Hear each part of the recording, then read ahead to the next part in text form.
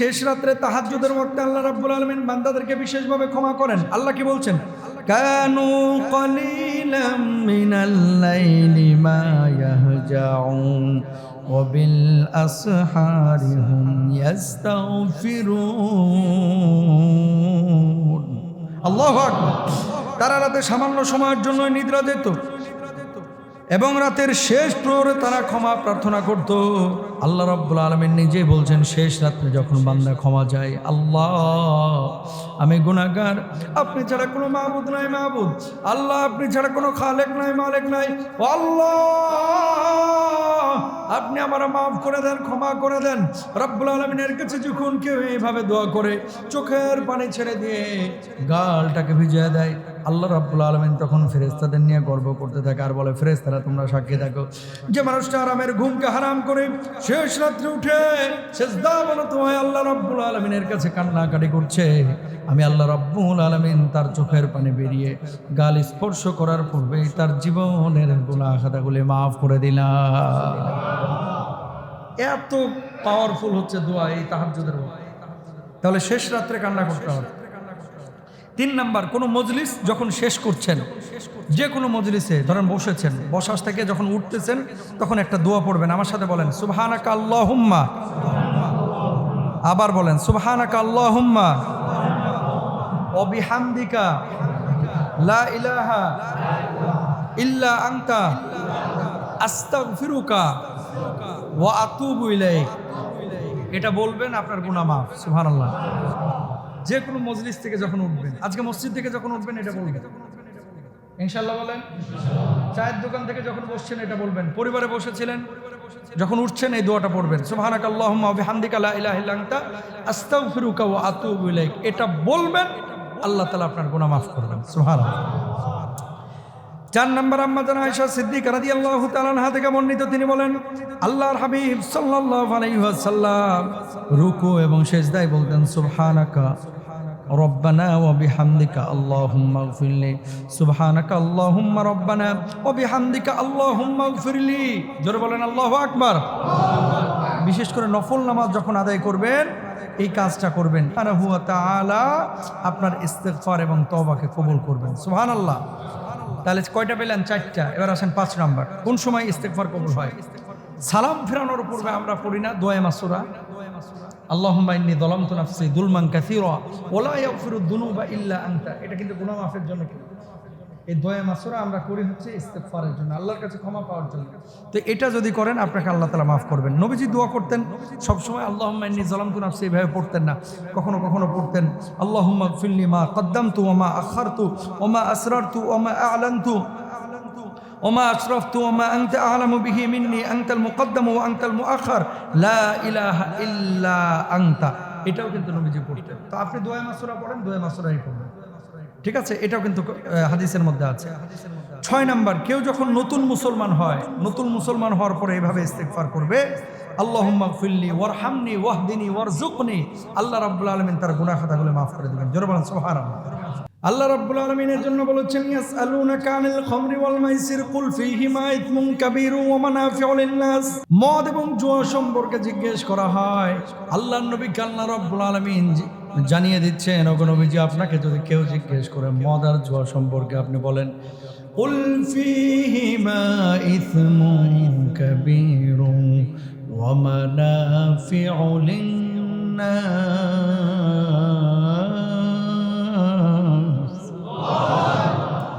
সাময়িকের মধ্যে উপকার আছে কিন্তু অকল্যাণটাই বেশি। জুয়ানি যখন জুয়া খেলে একদিন 500 জিতে আরেকদিন 5000 হারে, শেষ পর্যন্ত বউয়ের গয়না চুরি করে, বউয়ের শাড়ি চুরি করে, মায়ের ছাগল চুরি করে বিক্রি করে। কথা বলেন ঠিক কিনা? প্রত্যেকটা জুয়ারি একই চরিত্র। জীবনে কোনোদিন যেগুলো দেখি নাই এখন দেখতেছি, শুধুমাত্র জুয়ারি আর নেশাগ্রস্তদের কারণে। হুন্ডা নিয়ে যাচ্ছে, ইট মেরে বাইকারকে ফেলে দিয়ে বাইক ছিনতাই করতেছে। জীবনে এগুলো কল্পনা করছেন? আর মৃত্যুদণ্ড রামিসা হত্যাকাণ্ডের 30 দিনের মধ্যে হয়ে গেল। আমি বলি সরকারের কাছে, এই ধরনের অপরাধের সাথে যারা জড়িত 30 দিন না 3 দিনের মধ্যে মৃত্যুদণ্ড কার্যকর করা দরকার। কল্পনা করতে পারেন যে অটোওয়ালা যাচ্ছে, তাকে ইট মেরে ডাইরেক্ট ইট মেরে তারা ফেলায় দিয়ে অটো ছিনতাই করে নিয়ে যাচ্ছে, জবাই করে দিচ্ছে। বাইকাররা হুন্ডা নিয়ে যাচ্ছে, ইট মেরে ফেলায় দিয়ে নিয়ে চলে যাচ্ছে বাইরে। এই যে একটু আগে এই যে আমার এক দোস্ত ফেসবুক ফ্রেন্ড কয় আজকের ঘটনা, আজকে না কালকে রাতে বাইক ছিনতাই করে নিয়ে গেছে। চিন্তা করেন কোথায় যাচ্ছে সমাজ, সমাজটা কোথায় যাচ্ছে? ক্ষমতায় আওয়ামী লীগ না বিএনপি না জামাত না জাতীয় পার্টি, ওটা বিষয় না। আমরা বাংলাদেশের সাধারণ মানুষ, আমরা চাই এদেশে মদ না থাকুক, আমরা চাই শান্তি শৃঙ্খলার মধ্যে কোনো চুরি ডাকাতি না থাকুক, ছিনতাই না থাকুক। যেখানেই ছিনতাই পিটায় এগুলোকে পুলিশের হাতে তুলে দেওয়া দরকার। কথা বলেন, আমাকে ইট মেরে মেরে ফেলাইতেছে আর এরা নিয়ে যে ওখানে জেলখানার মধ্যে 10 বছর রেখে দিতেছে, 5 বছর রেখে দিতেছে। প্রিয় ভাইরা আমার, কেন বললাম এই কথাটা? এই জামানার জন্য, এই দুনিয়ার জন্য মদ জুয়া হচ্ছে অভিশাপ। কি? যারা জুয়া খেলে, যারা মদে আসক্ত, যারা নেশা করে, যারা গাঞ্জাখোর, না রাষ্ট্রের কোনো উপকার তারা করে, না দিনের কোনো উপকার করে, বরঞ্চ রাষ্ট্রের জন্য হুমকি হয়, এলাকার জন্য হুমকি হয়, বাপ মার জীবনটাকে শেষ করে, সন্তান সন্ততিকে শেষ করে, নিজের বউ বাচ্চাকেও শেষ করে। কথা বলেন ঠিক কিনা? যার দ্বারা দেশের কোনো কল্যাণ নাই, যার দ্বারা দিনের কোনো কল্যাণ নাই, মানুষের কোনো কল্যাণ নাই, তোর বাইচে থাকে লাভ নাই, তুই কবরে চলে যা। কথা বলেন ঠিক কিনা? বুঝছেন তো কথাটা কি বলছে? যারা মদ খায়, মদের কারবার করে, এরা সমাজের দুশ্মন, এরা রাষ্ট্রের দুশ্মন, এরা এলাকার দুশ্মন। এই জন্য আপনাদেরকেও সচেতন হতে হবে। নো কম্প্রোমাইজ, জিরো টলারেন্স নিয়ে আসতে হবে। জিরো টলারেন্স, যে মদ জুয়ার ব্যাপারে কোনো ছাড় নেই। কারণ কি জানেন? এই ছেলেরা, যুবকরা, আমার উপর রাগান্বিত হয়ে লাভ নাই। কারণ একজন খতিবের দায়িত্ব এই সমস্ত আওয়াজগুলো এই আমানতের মেম্বার থেকে উচ্চারণ করা, নাহলে আমি আল্লাহর কাছে দায়ী থাকবো। আজকে দেখেন যারা চুরি করে, যে ছিনতাই যারা করে, আপনি কি মনে করতেছেন এরা কাচ্চি খাওয়ার লেগে ছিনতাই করে? গোশ দিয়ে ভাত খাওয়ার লেগে ছিনতাই করে? ম্যাক্সিমাম এই যে ডলাডলি, কথা কন না কেন, ছিনতাই করে হুন্ডা 50,000-এর, 1 লাখ টাকার বেচে 20,000-এ, আইফোন নিয়ে যায় বেচে 1500 টাকা। ওর কথা হচ্ছে আমার একবেলা ডলা পাইলেই হয়েছে। কথা কন না কেন? ওই বদমাইশ, তুই যে ডলার লাগে খাইলি, আরেকজনের জীবন তো তুই শেষ করে দিবি। তাহলে রাষ্ট্র এদেরকে কেন পালতেছে? সরকার বাহাদুরদের কাছে আমাদের অনুরোধ, প্লিজ কিছু ক্ষেত্রে নো কম্প্রোমাইজ, শক্ত আইন করেন। কোন 30 দিন 35 দিন 3 বছর না, 3 দিনের মধ্যে এদের ফাইসালা করে মৃত্যুদণ্ড কার্যকর করে দেন। এবং সেটা চাই আমরা প্রকাশ্যে, সরকারের কাছে অনুরোধ। কারণ রাষ্ট্র তখনই সুশৃঙ্খল হবে। সাধারণ মানুষ কিন্তু 3 বেলা গোশ ভাত চায় না। সাধারণ মানুষ চায় নিরাপত্তা। সাধারণ মানুষ চায় আমার ছেলেটা, আমার মেয়েটা নিরাপদে বেড়ে উঠুক। সাধারণ মানুষ চায়, আমরা চুরি চাই না, ডাকাতি চাই না, মাদকতা চাই না, নেশা চাই না, সুশৃঙ্খল সুন্দর সমাজ আমরা চাই। তাই না ভাই? তাহলে কোরআনের আইন যতক্ষণ পর্যন্ত কায়েম না হবে, যতক্ষণ পর্যন্ত ইস্টাবলিশড বা বাস্তবায়ন না হবে, ততক্ষণ পর্যন্ত সমাজে শান্তি প্রতিষ্ঠিত হবে। ওই মাদারীপুরের এমপি হানজালা সাহেব সংসদে উঠে পরশুদিন বললো কি, শেখার আছে এগুলা। মাদক যারা সেবন করে, আমরা একদিক থেকে ধরি, 3 দিন পরে আবার দেখি জামিনে বাইরে এসে আবার কারবার করে। দেশের শত্রু। তাহলে আপনারও দায়িত্ব আছে অভিভাবক হিসেবে। আপনার দায়িত্বটা কি? কাঁচায় না নোয়াইলে বাস, পাকলে করে ঠাস ঠাস। এই যে ছোট বাচ্চাটা দেখছেন, এই বাচ্চাটাকে ছোট থেকে আপনার কিন্তু ওইভাবে বড় করতে হবে। অনেক বাবারা আছে, মায়েরা আছে, বাইরে এত ব্যস্ত, আমার ছেলেটা কার সাথে মিশছে, কোথায় যাচ্ছে, কি খেলছে, কার সাথে উঠা বসা করছে, এগুলো মোটেও কেয়ার করি না। যখন নষ্ট হয়ে যায় তখন 1 বোতল মাম পানি নিয়ে এসে হুজুর কয়, হুজুর পানি পরা দেন। কথা কন্ডা কাটো। নষ্ট যাহার হয়ে গেছে, 18 বছর আপনি খবর নিলেন না। হুজুরের এক ফুতেই যদি কাজ হয়ে যেত, তাহলে তো ফু মারে হুজুর ক্ষমতায় আসতো। কথা কন্ডা কেন? তো ফু দিয়ে সব কাজ হবে না। ফু হচ্ছে এটা জায়গা মতো দেওয়া লাগবে, সময় সাপেক্ষ ব্যাপার। যে অন্য জিরমিনাল কোরআনে মা হুয়া শিফা, গোটা কোরআনটাই হচ্ছে শিফা। ফুৎকার দিব, অসুস্থ মানুষ সুস্থ হবে। এখন পুরা নেশাগ্রস্ত হয়ে গেছে, 18 বছর নষ্ট হয়ে গেছে সে, তার 1 ফুতে কাজ হবে না। ওর ফু হচ্ছে ঝাড়ের বাঁশ দিয়া। কিসের বাঁশ? ঝাড়ের বাস আপনি আবার হাতে তুলে নেন না, এটা পুলিশের হাতে তুলে নেন, ওদের দায়িত্ব। কিন্তু আমরা যেটা বলতে চাচ্ছি, 3 দিনে আর 1 মাসে যেন জামিন না হয়। কারণ যত ছিনতাই, যত মাদকতা, যত ধরনের ডাকাতি, যত ধরনের চুরি, বুঝছেন, এই সব কিছুর মূলে কিন্তু নেশা।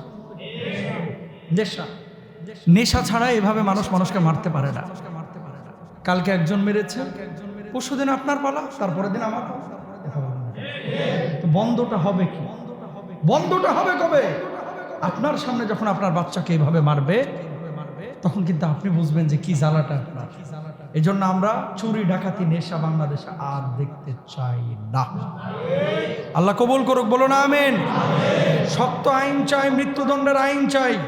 আমরা চাই এই বাংলার জমিনে, আল্লাহর জমিনে অন্তত কোরআনের আইন দিয়ে আল্লাহ রাব্বুল আলামিন এই সমস্ত জালেমদের, যারা চুরি করে, ডাকাতি করে, মাদকের কারবার করে, আল্লাহ যেন এদের বিচারের ব্যবস্থা করে দেন। সবাই বলে না আমিন। এবার আসেন প্রিয় ভাইরা আমার, কিছু গুনাহ আছে কবিরা গুনাহ, আর কিছু গুনাহ আছে সগীরা গুনাহ। ছোট গুনাহগুলো আল্লাহ রাব্বুল আলামিন তওবা করলেও মাফ করবেন, বড় গুনাহগুলোকে আল্লাহ রাব্বুল আলামিন তওবা করলে মাফ করবেন। এমন কিছু গুনাহ আছে, হাতের গুনাহ, চোখের গুনাহ, শরীরের গুনাহ। আপনি যখন ওযু করছেন, ওযুর পানিগুলো যখন ছিটে আপনার গাল থেকে পড়ছে, গা থেকে পড়ছে, আমার নবী বলছেন, কোন উম্মত যখন নামাজের জন্য, পবিত্রতার জন্য ওযু করে, আর ওযুর সঙ্গে যখন পানিগুলো ছিটকে ছিটকে মাটিতে পড়ে, আল্লাহ রাব্বুল আলামিন সঙ্গে সঙ্গে ওর অঙ্গ প্রত্যঙ্গের ছোট গুনাহগুলোকে ঝেড়ে মুছে সাফ করে মাফ করে দেন। এটা হচ্ছে ছোট গুনাহ। আর বড় গুনাহ তওবা ছাড়া মাফ হয়, তওবা ছাড়া মাফ হয়। এখন প্রত্যেকটা মানুষেরই আমাদের জীবনে গুনাহ হয়ে যায়, কারো কম গুনাহ হয়, কারো বেশি গুনাহ হয়। গুনাহ করার পরে আপনার কয়েকটি করণীয় কাজ আছে। 1 নাম্বার হচ্ছে আবু যর গিফারি রাদিয়াল্লাহু তাআলা আনহু থেকে আল্লাহর নবী সাল্লাল্লাহু আলাইহি ওয়াসাল্লাম বলছেন, আবু যর গিফারি বর্ণনা করছেন হাদিসটি, তুমি যেখানেই থাকো না কেন আল্লাহকে ভয় করো, গুনাহের পরপর নেক কাজ করো। কি? গুনাহের পরপর নেক কাজ করো। আল্লাহর হাবিব বলছেন, তাহলে নেকি গুনাহকে দূরীভূত করে দিবে। মানুষের সাথে উত্তম আচরণ করো। ওয়া খালিকিন নাসি বিখুলুকি হাসানিন। অন্য আয়াতে আল্লাহ রাব্বুল আলামিন বলছেন, ইন্নাল হাসানাতি ইউযহিবিনাস সাইয়্যাত।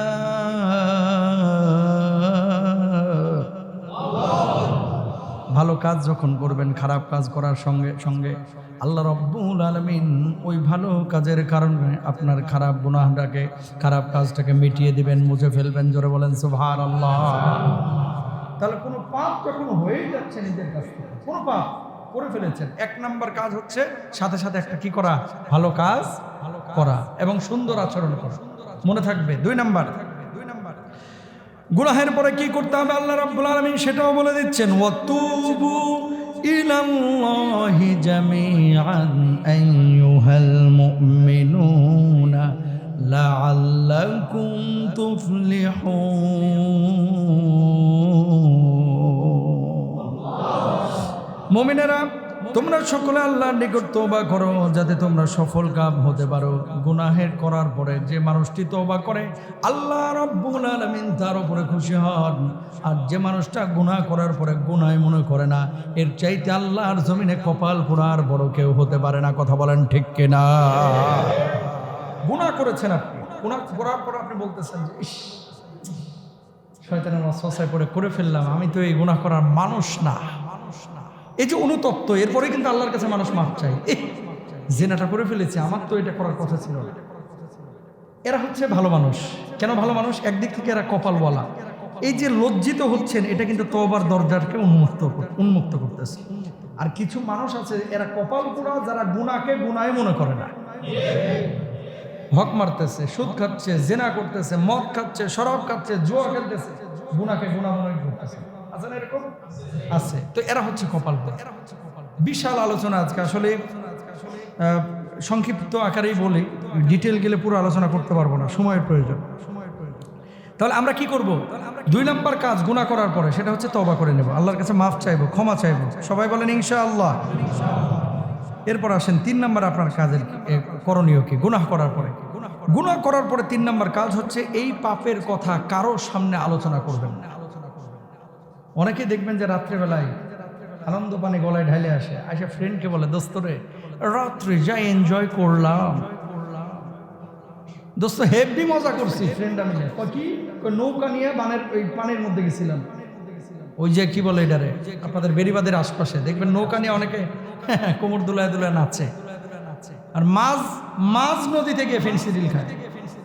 অনেকে আছে নেশা করে, তো পাপ নিজে করেছে, আবার আয়সা আরেকজনের সাথে ঘোষণা করে যে আমি পাপটা করছি। খবরদার, কোনো পাপ করার পরে কখনো কোনো মানুষের সাথে শেয়ার করবেন না, ইনশাআল্লাহ বলেন। আল্লাহ কিয়ামতের ময়দানে বান্দাকে মাফ করতে চাইবে। যখন আপনি আপনার বন্ধুকে স্বীকার করলেন, তার মানে আপনি পাপের সাক্ষী রাখলেন। আল্লাহ যখন কিয়ামতে আপনাকে মাফ করে দেবে, খেয়াল করেন, যখন মাফ করে দেবে ওই বন্ধু যে আল্লাহর সামনে বলবে, আল্লাহ হেরে মাফ করলেন, আমার দোষটা কি ছিল? কি হয়েছে? ও যে ওখানে যে ফেন্সিডিল খাইছিল নদীর মধ্যে, আমি তো নিজে দেখছি। তো আপনি পাপের সাক্ষী কেন আরেকজনকে করবেন? এর চাইতে বোকামি পৃথিবীর বুকে আর একটাও নাই, ঠিক কিনা? তাহলে এটা করবেন।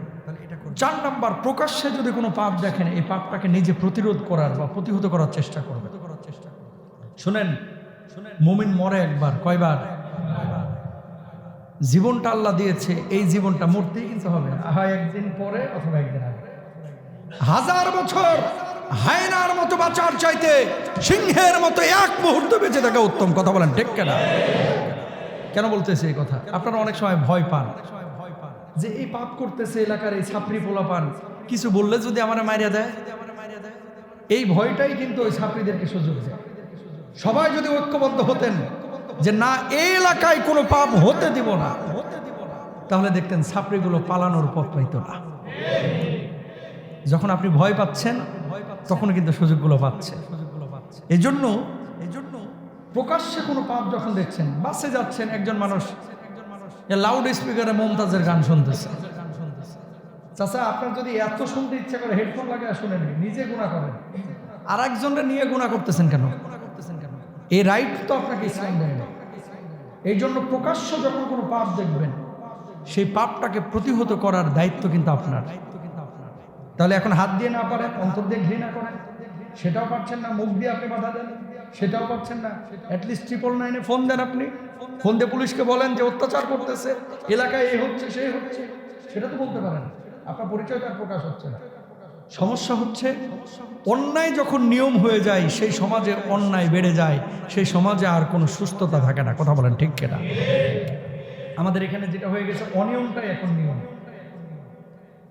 ধরেন ধরছে রাস্তায়, কয় হুজুর 500 টাকা দিছি, ছেড়ে দিছি, তার মানে ও বাজেটই রাখছে যে রাস্তায় ধরছে 500-1000 দিয়ে দিবি, তো আমরা ছেড়েই দিবি। তো অনিয়মটাকে নিয়ম করা যাবে না। এরপরে আসেন 5 নম্বরে, কোনো পাপকে ছোট মনে করা যাবে না, তুচ্ছ মনে করা যাবে না। পাপ যত ছোটই হোক, এটা পাপই। যখন এই পাপকে আপনি ছোট মনে করবেন, এই ছোট ছোট পাপগুলো থেকে এক সময় মানুষ বড় পাপের দিকে ধাবিত হবে। কথা বলেন ঠিক কিনা? ঝর্ণার পানি এক ফোঁটা করে বের হয়, আর এই পানি থেকে এক সময় বড় বড় নদী নালা তৈরি হয়ে যায়। যারা ছোট পাপ থেকে বেঁচে থাকতে পারে, এরা কবিরা গুনাহ থেকে বেঁচে থাকতে পারে।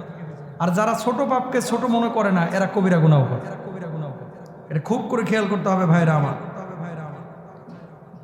ইস্তেগফার, আপনার আমার জীবনে পাপ গুনাহ কম না বেশি? আমার নবীজির জীবনে কোনো গুনাহ ছিল?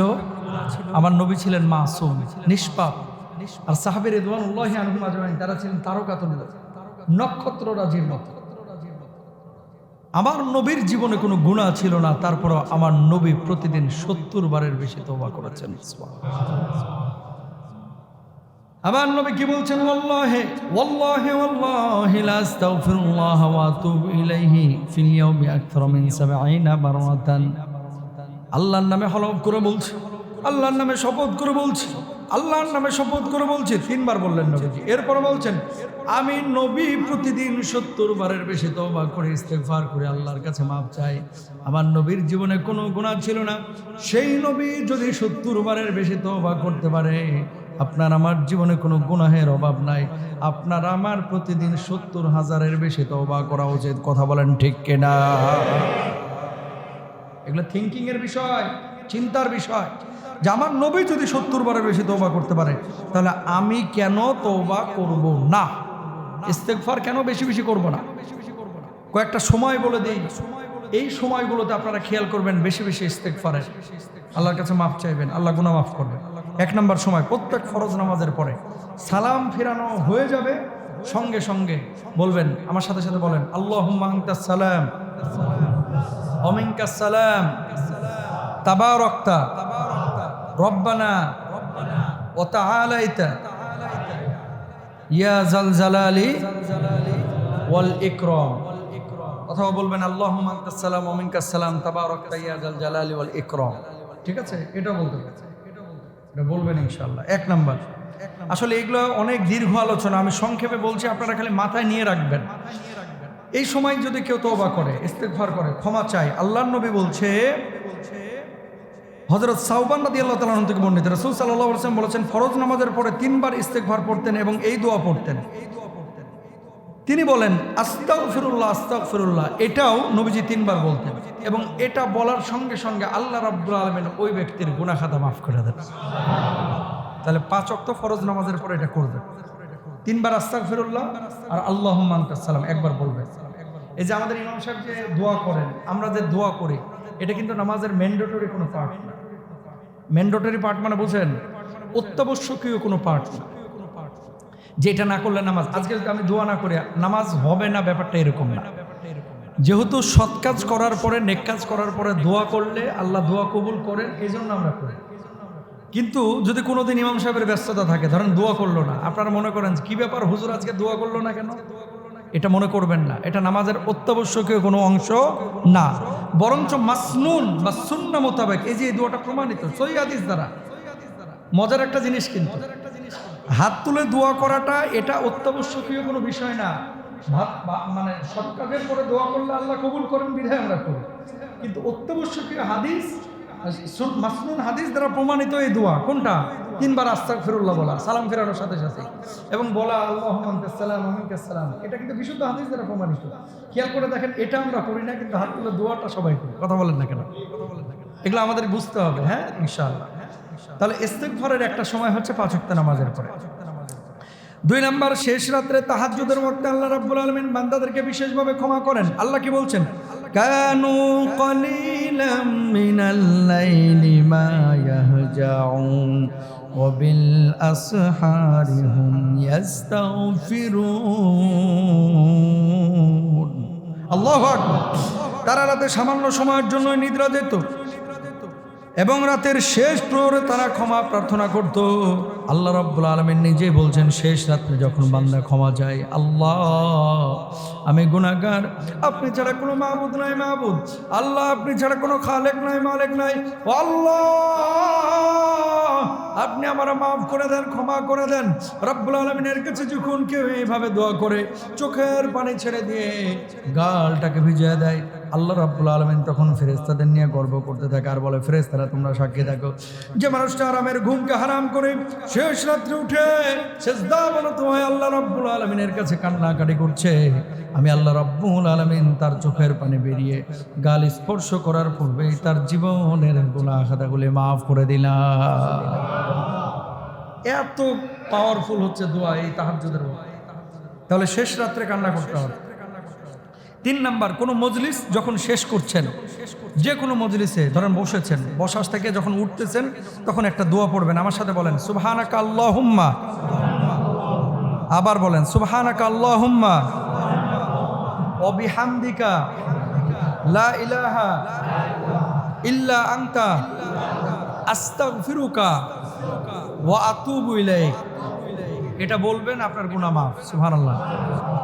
যে কোনো মজলিস থেকে যখন উঠবেন, আজকে মসজিদ থেকে যখন উঠবেন এটা বলবেন ইনশাআল্লাহ। বলেন চায়ের দোকান থেকে যখন বসছেন এটা বলবেন, পরিবারে বসেছিলেন যখন উঠছেন এই দোয়াটা পড়বেন, সুবহানাকা আল্লাহুম্মা ওয়া বিহামদিকা লা ইলাহা ইল্লা আনতা আস্তাগফিরুকা ওয়া আতুবু ইলাইক। এটা বলবেন, আল্লাহ তাআলা আপনার গুনাহ মাফ করবেন। সুবহানাল্লাহ। 4 নম্বর, আম্মা জান আয়েশা সিদ্দিকা রাদিয়াল্লাহু তাআলা আনহা থেকে বর্ণিত, তিনি বলেন, আল্লাহর হাবিব সাল্লাল্লাহু আলাইহি ওয়াসাল্লাম রুকু এবং সিজদায় বলতেন সুবহানাকা রব্বানা ওয়া বিহামদিকা আল্লাহুম্মা ইগফিরলি, সুবহানাকা আল্লাহুম্মা রব্বানা ওয়া বিহামদিকা আল্লাহুম্মা ইগফিরলি। জোরে বলেন আল্লাহু আকবার। বিশেষ করে নফল নামাজ যখন আদায় করবেন এই কাজটা করবেন, সুবহানাহু ওয়া তাআলা আপনার ইস্তিগফার এবং তওবাকে কবুল করবেন। সুবহানাল্লাহ। তাহলে কয়টা পেলেন? 4টা। এবার আসেন 5 নাম্বার। কোন সময় ইস্তিগফার কবুল হয়? সালাম ফেরানোর পূর্বে আমরা পড়ি না দোয়া মাসুরা, আল্লাহুম্মা ইন্নী যালামতু নাফসি যুলমান কাসীরা ওয়া লা ইয়াগফিরুদ যুনুবা ইল্লা আনতা। এটা কিন্তু গুনাহ মাফের জন্য করি। এই দোয়া মাসুরা আমরা করি হচ্ছে ইস্তিগফারের জন্য, আল্লাহর কাছে ক্ষমা পাওয়ার জন্য। তো এটা যদি করেন আপনাকে আল্লাহ তাআলা মাফ করবেন। নবীজি দোয়া করতেন সবসময় আল্লাহুম্মা ইন্নী যালামতু নাফসি, এভাবে পড়তেন না, কখনো কখনো পড়তেন আল্লাহুম্মা ইগফিরলি মা কদ্দামতু ওয়া মা আখারতু ওয়া মা আসরারতু ওয়া মা আ'লানতু ওমা আশরাফতু ওমা আনতা আ'লামু বিহি মিন্নি আনতাল মুকদ্দাম ওয়া আনতাল মুআখার লা ইলাহা ইল্লা আনতা। এটাও কিন্তু নবীজি পড়তেন। তো আপনি দোয়া মাসুরা পড়েন, দোয়া মাসুরাই পড়বেন, ঠিক আছে? এটাও কিন্তু হাদিসের মধ্যে আছে। 6 নাম্বার, কেউ যখন নতুন মুসলমান হয়, নতুন মুসলমান হওয়ার পরে এইভাবে ইস্তিগফার করবে, আল্লাহুম্মা ইগফিরলি ওয়ারহামনি ওয়াহদিনি ওয়ারযুকনি। আল্লাহ রাব্বুল আলামিন তার গুনাহ খাতাগুলো মাফ করে দিবেন। জোরে বলেন সুবহানাল্লাহ। ভারতে একজন যুবক মুসলমান হয়েছে, এখন প্রকাশ হয়েছে। বাবা ছিল সেরা ধনীদের একজন গোটা উত্তরাঞ্চলে, মানে কোটি কোটি টাকার মালিক। এই ছেলের নামে মামলা করেছে, ছেলের বাপের নামে আর তার ওয়াইফের নামে। মামলা করার পর আদালত পর্যন্ত গিয়েছে। এর নাম কি? আয়েশ মালিক, এখন নাম হচ্ছে আলী, মোহাম্মদ আলী। তো এই ছেলেটা 15 বছর আগে ইসলাম কবুল করেছে, বিয়ে করেছে 7 বছর আগে। কোনো দিন তার বউকে কারোর সামনে নিয়ে আসে নাই। ভারতের এই সাংবাদিকরা তার বউটার চেহারাগুলো সোশ্যাল মাধ্যমে নিয়ে এসেছে। তো সে বললো যে 7 বছরে আমার ওয়াইফের এক বিন্দু পরিমাণ চেহারা দেখে নাই, অথচ তোমরা প্রকাশ করলা। এটা কিন্তু ঠিক হইল না। সাংবাদিকরা দ্বিতীয় প্রশ্ন করতেছে, তোমার বাপের যে কোটি কোটি টাকার সম্পত্তি, বাপ হিন্দু, তুমি যদি ইসলাম থেকে বের না হও তাহলে তোমার বাবা তো এই সম্পদ থেকে বঞ্চিত করবে, এ ব্যাপারে তোমার বক্তব্য কি? আদালত জিজ্ঞেস করছে, তুমি কি স্বেচ্ছায় মুসলমান হয়েছো নাকি তোমাকে জোর করে করানো হয়েছে? জবাব দিয়েছে, আমি বুঝে শুনে স্বেচ্ছায় ইসলাম কবুল করেছি। আমার এই ধর্ম, আমার ইসলামে আমি নিজেকে আত্মসমর্পণ করে দিয়েছি। তো বলছে যে সম্পদ তো তুমি পাবা না, তোমার বাবা তো কিচ্ছু দেবে না। শুধু সম্পদ না, বিলিয়ন বিলিয়ন টাকা, কোটি কোটি টাকার সম্পদ, কোটি কোটি রুপির সম্পদ, আমি এটাকে বর্জন করতে রাজি আছি। ইভেন আমি আমার পরিবার ছাড়তে রাজি আছি, আমার জীবন ছাড়তে রাজি আছি, আমার ঈমান ছাড়তে রাজি নাই। এটা কি ঈমান? এবার আদালত কি বলবে? আর কিছু বলার কায়দা আছে? আর কিছু বলার কায়দা, বলার মাকসাদ আছে। আমার খুব ঈর্ষা হয় যে দেখেন অনেক হিন্দু আছে, খ্রিস্টান আছে যারা 60 বছর 70 বছর বয়স, ধরেন 60 বছরের শেষ 61 বছরের প্রথম দিনে কালিমা পড়ে ফেলছে, ওর 60 বছরের সমস্ত গুনাহ ধুয়ে মুছে সাফ হয়ে গেছে। তাহলে আপনার আমার চাইতে ওরা আগে গেল না অনেক? হ্যাঁ, এখন আপনি বলবেন যে হুজুর তাহলে তো আমরা ঠকিয়ে গেলাম, কারণ 60 বছরও নামাজ পড়লো না, রোজা করলো না, ও সব আকাম কুকাম করলো, 61 বছরে কালেমা পড়ে মুসলমান হয়ে গেল, তা আমি ঠকিয়ে গেলাম না? প্রশ্ন জাগে কি জাগে না? জাগে। শুনেন, ঢাকাতে ফ্ল্যাট আপনার আছে, ওনারও আছে। উনি কিনছে বনানীতে, আপনি কিনছেন হচ্ছে যাত্রাবাড়িতে। পার্থক্য আছে না নাই? ফ্ল্যাট জামগড়াতেও আছে, আবার ফ্ল্যাট আছে হচ্ছে মনে করেন বাড়িধারায়। পার্থক্য আছে না নাই? আচ্ছা, ফ্ল্যাট কিন্তু দুইজনেরই আছে, বুঝছেন? ফ্ল্যাট কিন্তু দুইজনেরই আছে। গ্রামে কিন্তু দুইজনই বলতেছে আমি ঢাকায় ফ্ল্যাটের মালিক, কিন্তু একজনের জামগড়ায় আর একজনের কোথায়? বাড়িধারায়। দুইজনে কিন্তু বলতেছে ফ্ল্যাটের মালিক। আপনি যে মুসলমান, আপনারা যে জান্নাতটা দিবে কিয়ামতের ময়দানে, এটা হচ্ছে বাড়িধারার মতো জায়গায়, এটা হচ্ছে মক্কা মদিনার মতো জায়গায়। আর ওরে যে জান্নাতটা দিবে, ওই জান্নাতটা তার লেভেল অনুযায়ী ওরকম উঁচু জায়গাতেই দিবে, তবে আপনার লেভেল অনুযায়ী না, আপনার লেভেলটা আরো অনেক উঁচুতে থাকবে। এই জন্য মনে করার এটা কোনো কারণ নাই যে হুজুর ঠকে গেলাম। তা 60 বছরের নামাজের এই প্রতিদান আল্লাহ দিবে না? এই যে নামাজে আসছেন, আল্লাহ প্রতিদান দিবে না? এখন আপনি বলবেন হুজুর ইউরোপ আমেরিকার কাফের বেঈমানরা তো ঈমানই আনে না, এরা তো আমাদের চাইতে অনেক ভালো আছে, খাইতেছে ভালো, পড়তেছে ভালো, ভালো ভালো দামি দামি গাড়ি চালাইতেছে, আমি তো একটা অটো কিনতে পারলাম না। হুজুর তাহলে আল্লাহ এদেরকে এত উপাদান দিলেন কেন, এত নাজ নিয়ামত দিলেন কেন? আল্লাহ নিজেই জবাব দিচ্ছেন, ওয়াদারনি ওয়াল মুকাদ্দিবিনা উলিন নি'মাতি ওয়া মাহহিলহুম কলিলা।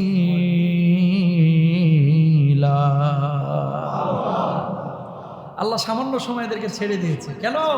দুনিয়ার নাজ নিয়ামত তারা ভোগ করুক, কারণ কি আখিরাতে তাদের কোনো প্রতিদান সেদিন থাকবে দৌড়ের উপর।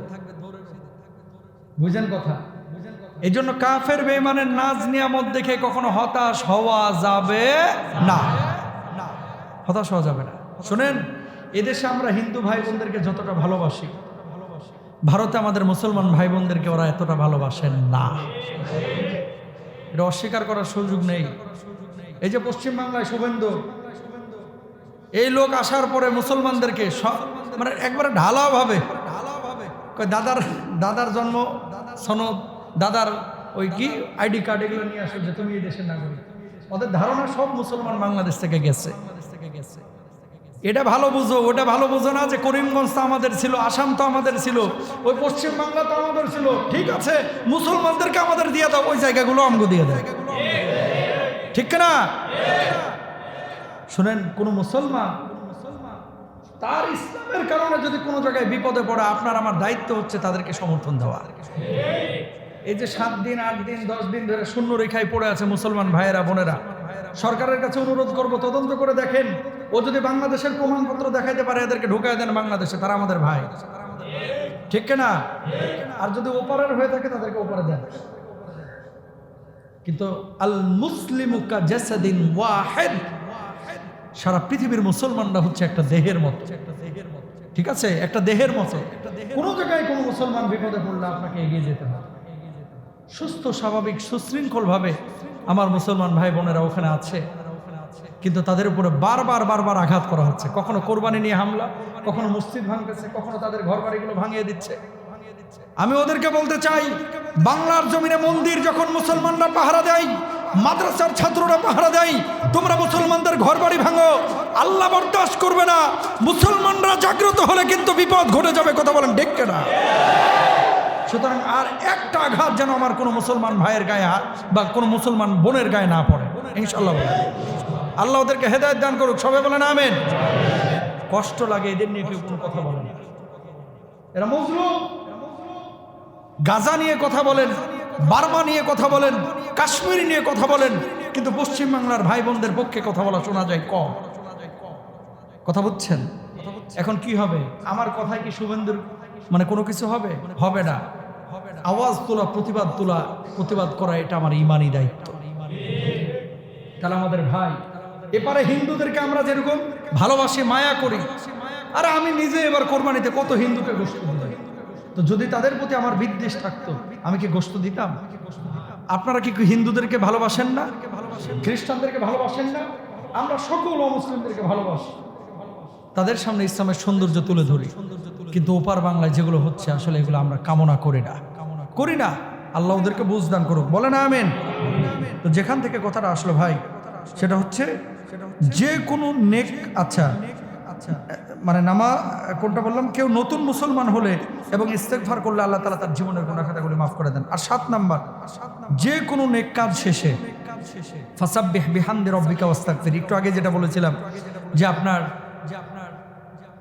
আমি সালাম ফিরানোর পরে দোয়া করি, ইমাম সাহেব দোয়া করেন, এটা আশা নিয়ে দোয়াটা করি যে একটা ভালো কাজ করলাম, জুমার নামাজ পড়লাম বা জোহরের নামাজ পড়লাম, আল্লাহর কাছে এখন কোনো কিছু চাইলে হয়তো আল্লাহ তাআলা কবুল করবেন, এই জন্য দোয়াটা করি। কিন্তু নবীজির ম্যান্ডেটরি কোনো পার্ট না বা অত্যাবশ্যকীয় কোনো অংশ না যে এই সময় দোয়া করতেই হবে, দোয়া না করলে নামাজের কোনো ক্ষতি হবে, ব্যাপারটা এরকম মনে করা যাবে না।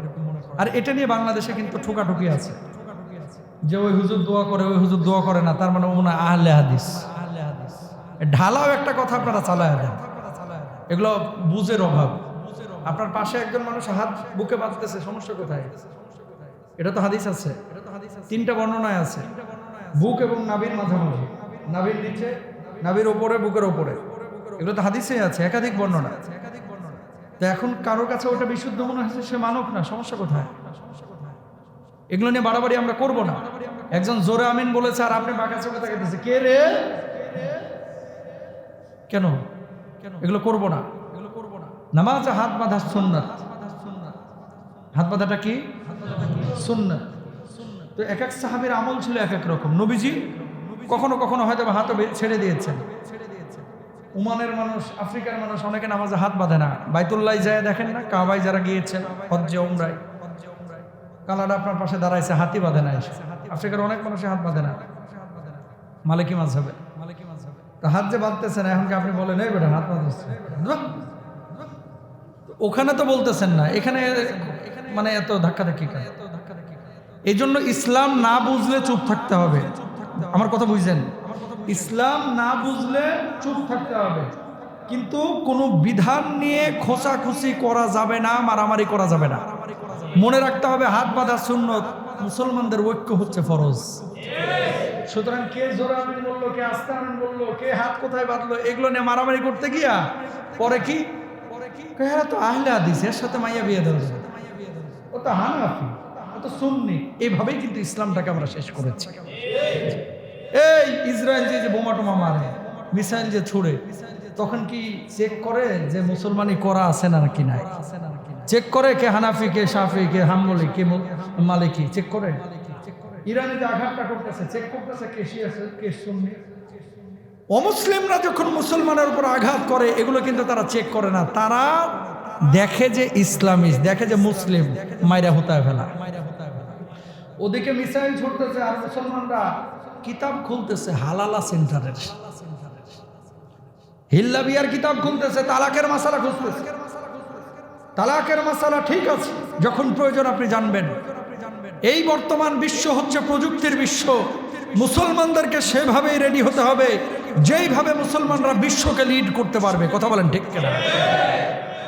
সারা দুনিয়ার জ্ঞান বিজ্ঞান ও মুসলিমদের দখলে, আর মুসলমানরা এখন খাচ্ছি, দাচ্ছি, ঘুমাচ্ছি, আমি তো ভালোই আছি। না, মুসলমানের চেতনা এরকম হবে না। মুসলমানের চেতনা হবে আল্লাহর জমিনে আল্লাহর দিন কায়েম না হওয়া পর্যন্ত মুসলমান কখনো স্থির থাকবে না, অস্থির থাকবে, পেরেশান থাকবে। ঠিক কিনা ভাইরা আমার? কতটুকু কন্ট্রিবিউশন আপনার আমার? কতটুকু বলেন? কি নিয়ে যাচ্ছি? আপনি 24 ঘন্টার মধ্যে আল্লাহর জন্য ফিকির করতেছেন সর্বোচ্চ 1 ঘন্টা, তাও নামাজ। এর বাইরে আল্লাহর দ্বীনের জন্য আপনার আমার কন্ট্রিবিউশন, ফিকির কতটুকু? এই জন্য আসলে ইন্নাল্লাহা আশতারা মিনাল মুমিনিনা আনফুসাহুম ওয়া আমওয়ালাহুম বিআন্না লাহুমুল জান্নাহ। আমাদের জান, আমাদের মাল, আমাদের জীবন, আমাদের সব কিছু, এগুলোর বিনিময়ে আল্লাহর কাছ থেকে জান্নাত হাসিল করতে হবে।